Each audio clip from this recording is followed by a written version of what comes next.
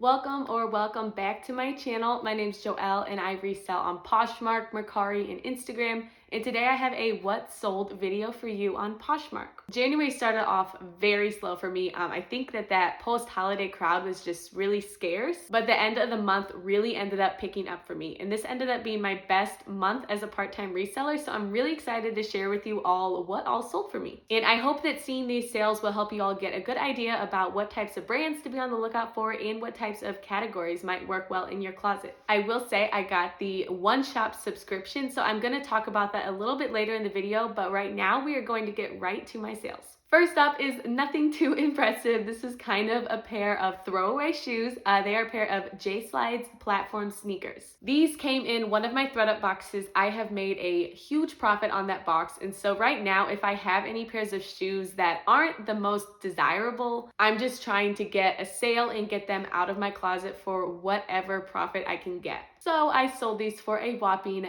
$10 on Poshmark, and after those fees and cost of goods, this is a little embarrassing to say, but I made 21 cents. Next up is this Rani Kobo ruched blouse. I am always on the lookout for Rani Kobo. It typically has some good comps, especially their new with tags items. I found this pretty cheap at a thrift store, and because my sales were so slow, I sent out some pretty drastic offers on items that I was willing to let go. And this buyer accepted an offer for $30 in discounted shipping. So after those fees and cost of goods, I earned a total of $16.52.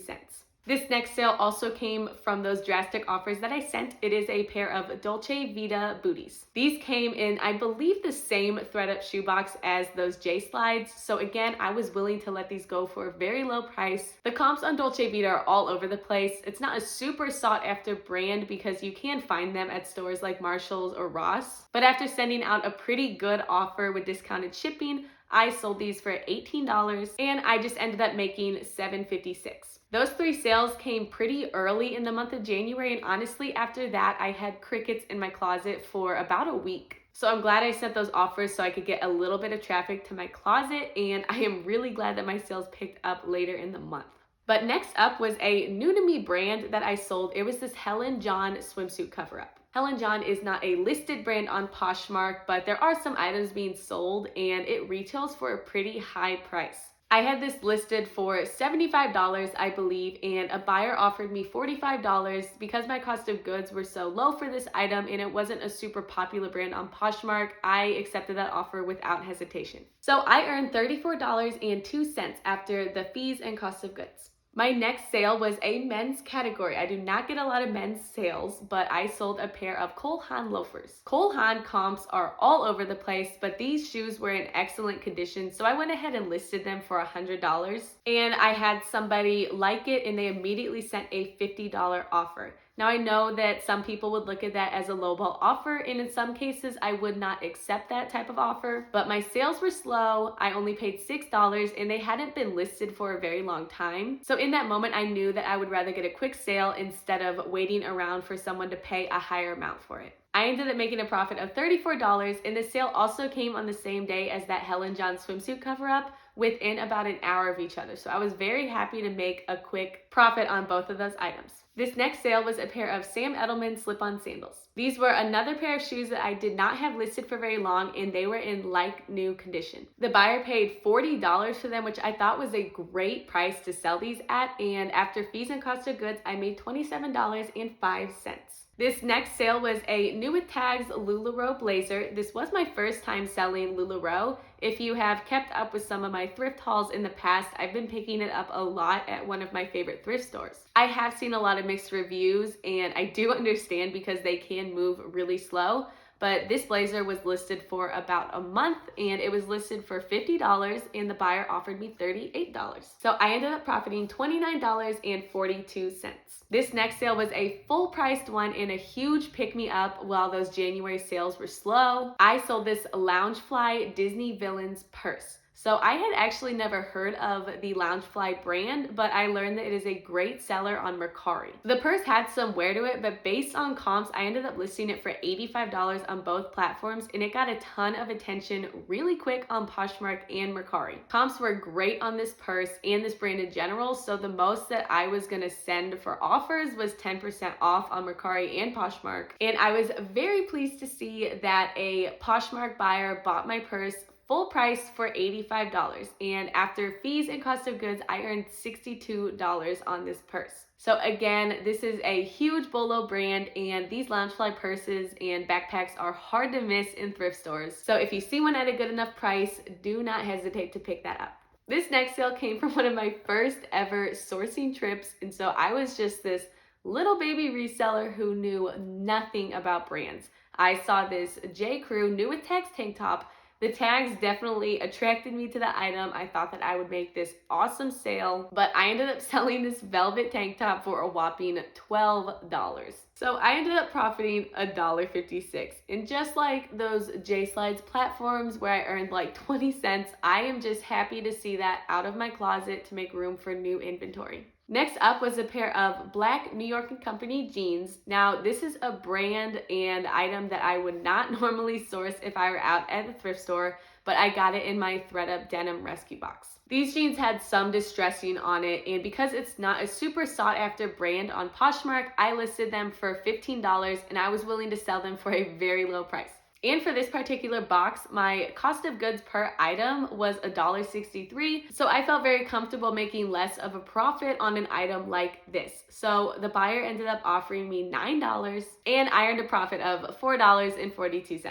Next up for my January sales was this Cole Haan rain jacket. I actually paid $10 for this, which I normally do not pay that much for anything while I'm sourcing unless it is an amazing brand, but I thought it was a cute rain jacket, and I told myself that if it didn't sell fast, that I would just keep it for myself. And that is a great deal for a Cole Haan rain jacket if you're buying it to wear for yourself. But this jacket actually sold within a couple of weeks of listing on a $40 offer. I did not hesitate to accept that, and I earned a profit of $22. Next up was a pair of Harper Heritage jeans that I actually purchased at the bins. So Harper Heritage is sold at Francesca's, and I normally wouldn't pick it up, but because it was at bins prices, I felt very confident that I would sell it.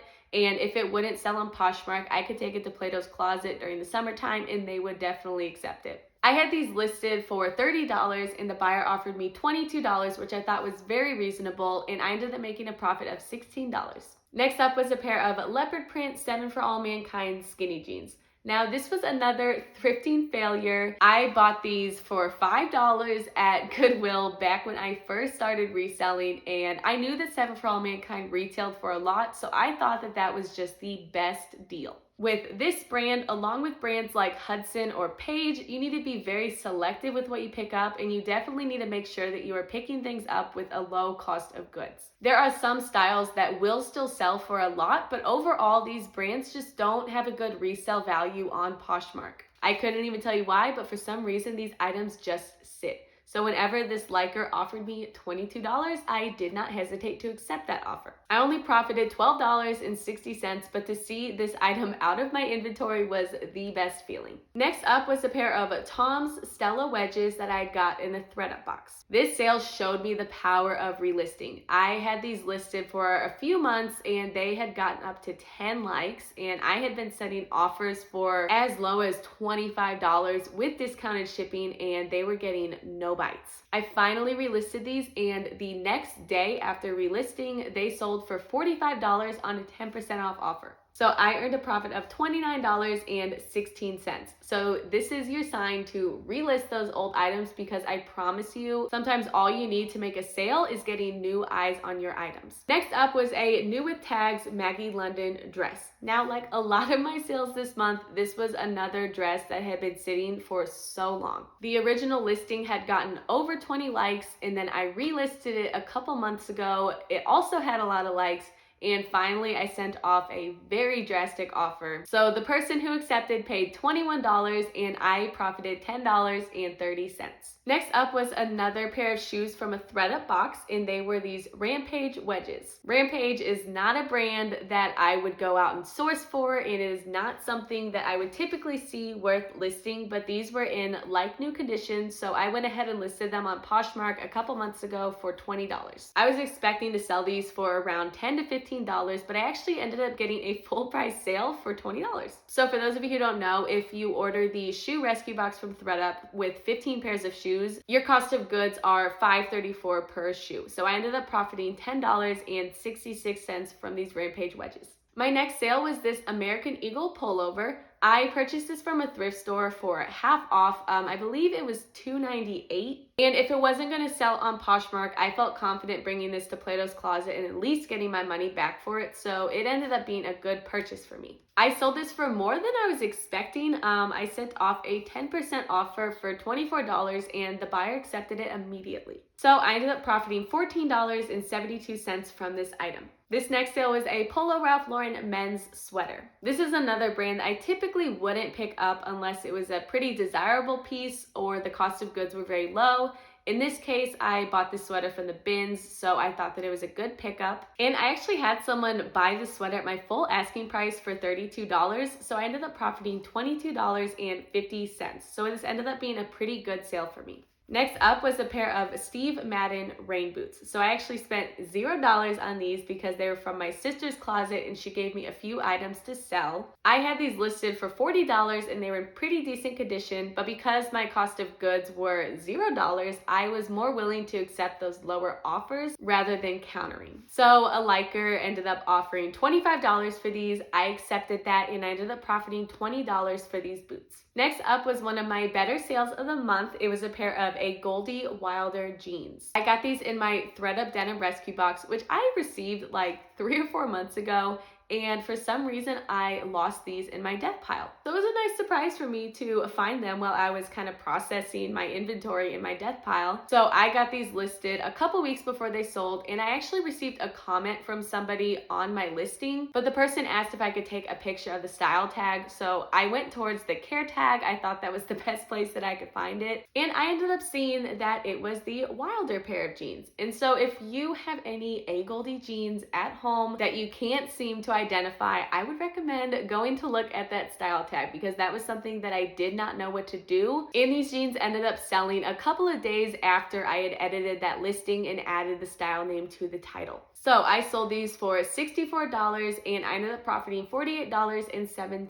All right, guys, bear with me. We only have 9 more sales. And then after that, I'm going to talk about my OneShop experience so far. So this next sale was a new with tags Free People floral dress. This had been marked up at my thrift store for $19.98, which I would never spend that much on Free People, especially this particular dress, which only retailed for $98. But my thrift store has a rotating system of color tags, and every single week there is a 98-cent tag for a particular color. So I decided to keep my eye on this dress. I knew where it was located at in the store and wait around for those yellow tags to go on sale.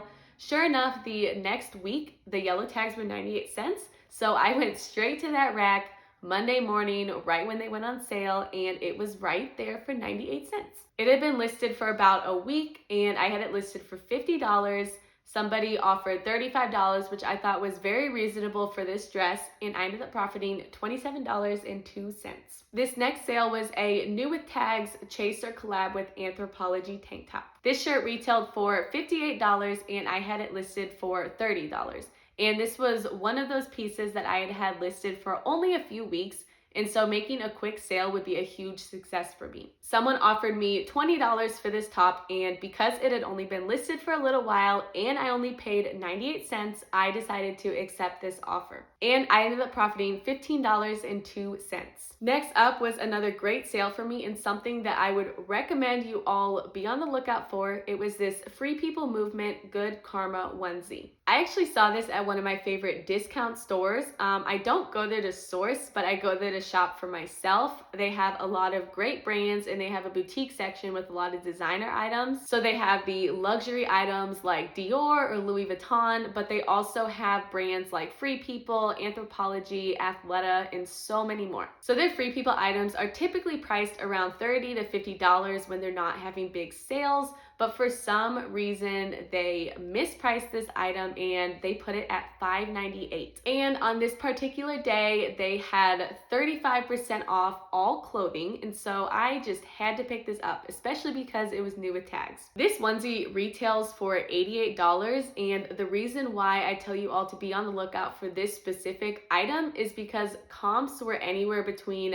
$70 and the retail value of $88. So I ended up pricing this at $70, and I told myself that I wouldn't sell it below $55. I had it listed for about a week before it sold, and during that week it ended up getting over 20 likes, and I got an offer on it almost every single day. Those offers would range between $20 and $40, and I would always counter, but usually they ended up just declining. But I had one particular person end up counter offering, and we had a whole exchange of counter offering each other. I'm gonna include a screenshot because I want you all to see that this person just kept counter offering $50. I had made a couple sales that morning, so part of me wanted to just accept it so I could make a quick sale, but I also wanted to be stubborn because I did tell myself that I wouldn't go below 55. So I just continued to counter 55, and I finally just declined her $50 offer because I didn't want to go back and forth. That proved to be effective because a couple hours later, this buyer ended up coming back and offering me $55, and I obviously accepted it. This was probably my favorite sale of the month, and I ended up profiting $40.11.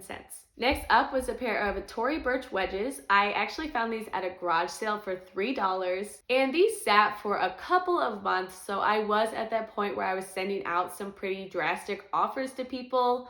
They had a couple of flaws. They had some spots on the shoes, but overall they were in really good condition. Someone offered me $48.